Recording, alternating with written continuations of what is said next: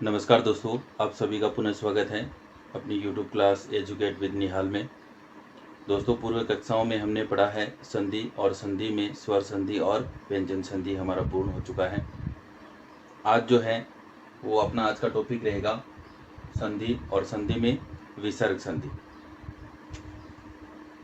विसर्ग संधि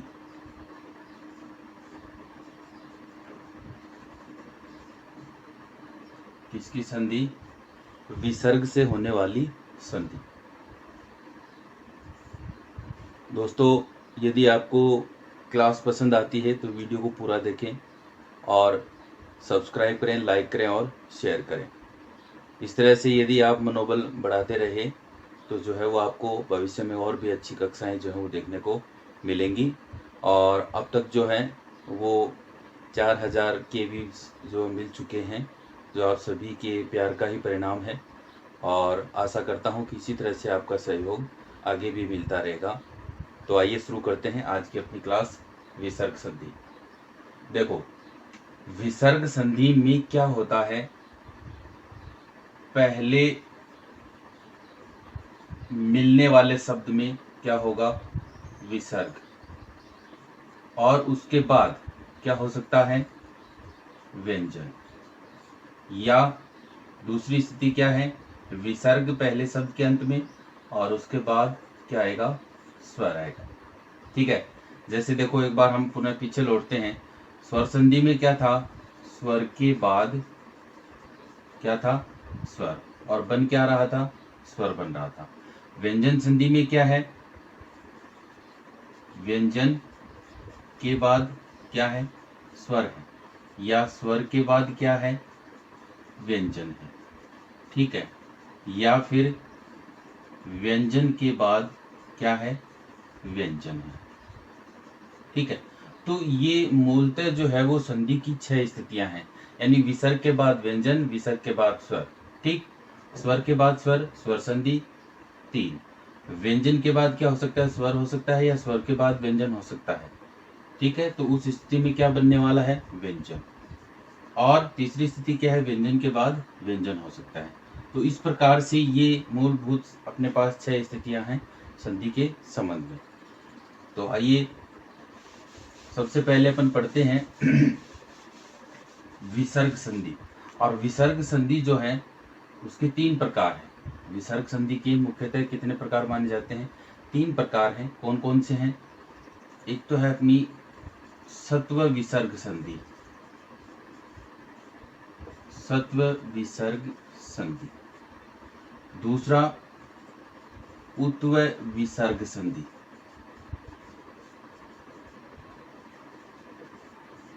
और तीसरा ऋत्व विसर्ग संधि।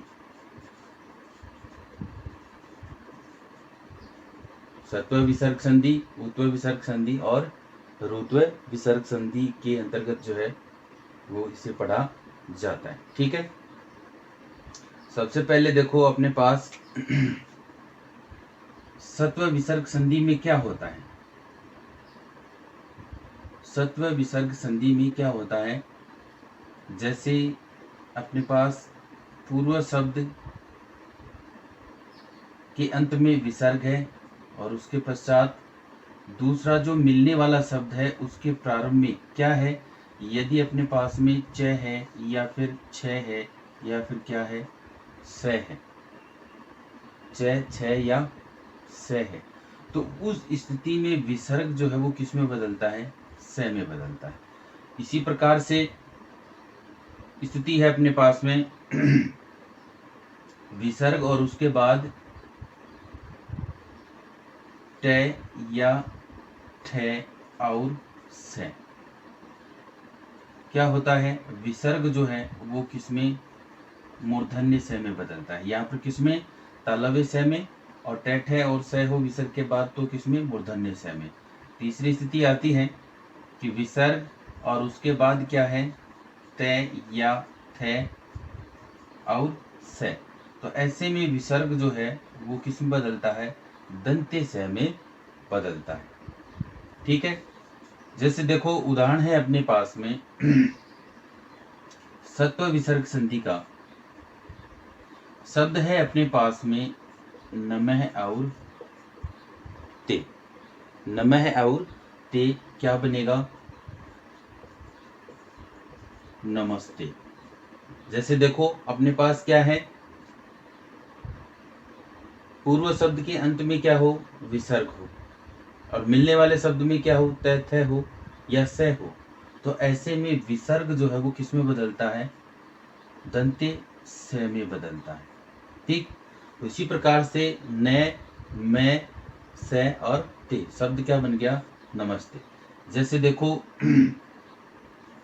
ऊत्व है, शब्द है अपने पास सरह और जय।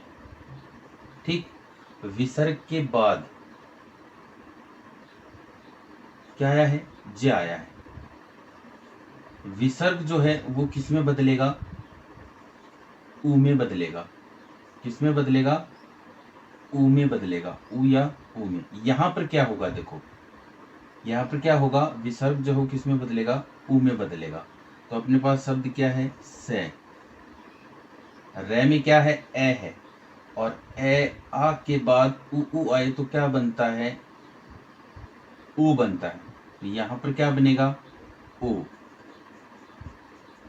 ठीक, तो से, रे हलंत और ओ की मात्रा क्या बन गया? सरोज। कौन सा है? ऊत्व विसर्ग संधि का उदाहरण। ठीक है, इसी प्रकार से रुत्व विसर्ग संधि का उदाहरण देखिए। जैसे अपने पास शब्द है बही और गमन। यहाँ क्या होगा? विसर्ग जो है वो किस में बदल जाएगा? रे में बदल जाएगा। रे में बदला इसलिए रुत्व है, उ में बदला इसलिए ऊत्व है, और स में बदला इसलिए सत्व है। ठीक है, तो यहाँ क्या होगा? शब्द बनेगा बहिर्गमन। बहिर्गमन। रे अर्धाक्षर हो तो ऊपर चला जाता है, और उस शब्द के ऊपर लिखा जाता है जिससे पहले इसको पूर्व में जो है वो उसका उच्चारण किया जाता है, जैसे बहिर्गमन। तो इस प्रकार से सत्व विसर्ग संधि, ऊत्व विसर्ग संधि और रुत्व विसर्ग संधि आसानी से आपको समझ में आ गया होगा। तीनों इसके उदाहरण हैं। ठीक है, तो अब जो है वो हम पढ़ने वाले हैं कौन सी संधि? सत्व विसर्ग संधि। ठीक, इसके हमने जो है वो नियम देखे। क्या है इस संधि में? सबसे पहले जो है वो अपने पास क्या होगा? विसर्ग से प्लस से पूर्व, धन से पूर्व क्या है? जुड़ने वाले शब्द में पहले शब्द के अंत में क्या है? विसर्ग है, और मिलने वाले शब्द में अपने पास में क्या है? च, छ और स है। तो ऐसे में हमने पढ़ा है विसर्ग जो है वो किस में? तालव्य स में बदल जाता है। जैसे देखो अपने पास उदाहरण है दुह और शासन। दुह और शासन, यहाँ क्या होगा? विसर्ग जो है किस में बदलेगा? तालव्य स में बदलेगा। ठीक है, शेष ज्यों का त्यों क्या लिखा जाएगा? दुस्शासन। दुस्शासन। इसी तरह से अपने पास में शब्द है ज्योति है और चक्र। विसर्ग किस में बदलेगा? तालव्य स में। ज्योतिष चक्र, शब्द क्या बना? ज्योतिष चक्र। इसी तरह से शब्द है अपने पास में मन है, धन, चिकित्सा। विसर्ग किस में बदलेगा? तालव्य स में। ठीक, शब्द क्या बन जाएगा? मनस चिकित्सा। मनस चिकित्सा। इसी तरह से शब्द है अपने पास में मन, धन, चिकित्सक। विसर्ग किस में बदलेगा? तालव्य स में। शब्द क्या बनेगा? मन से चिकित्सक। ठीक है, तो इस प्रकार से सत्व विसर्ग संधि में तालव्य से। इसी तरह से अगला देखिए,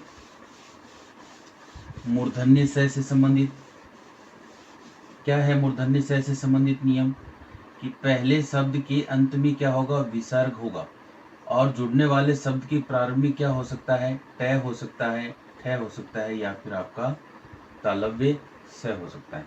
ठीक है, तो उस स्थिति में विसर्ग जो है वो किस में बदलेगा, तालव्य स में बदलेगा। जैसे अपने पास शब्द है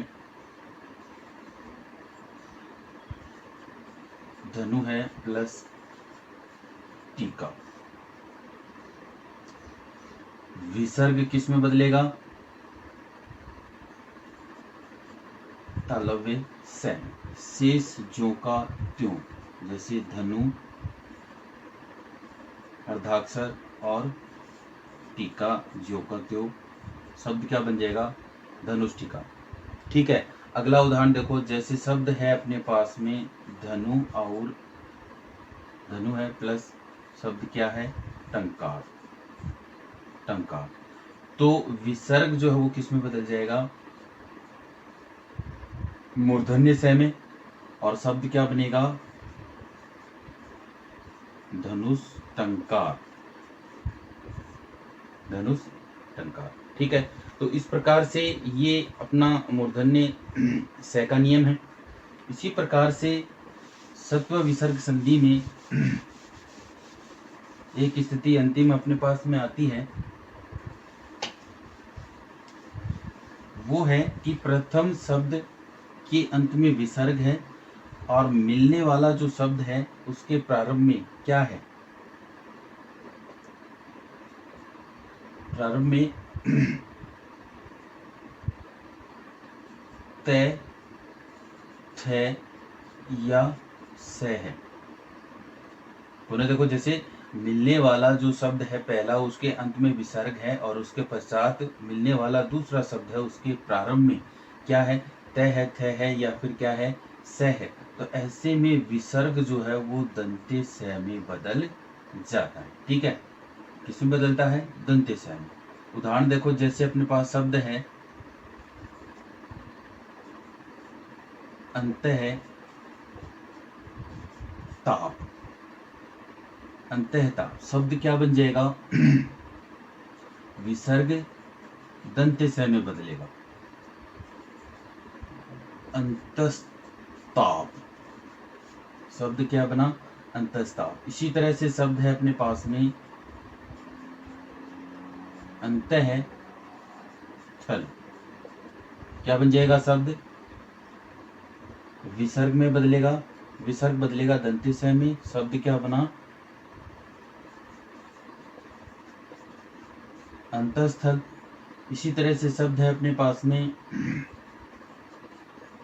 मन है ताप, विसर्ग किस में बदलेगा, दंते स में, शब्द क्या बना, मनस्ताप। ठीक, इसी प्रकार से शब्द है अपने पास में प्रातः स्मरणीय, विसर्ग दंते स में, प्रातः स्मरणीय।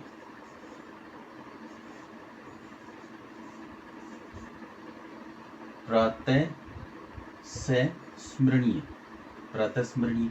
इसी तरह से शब्द है अपने पास में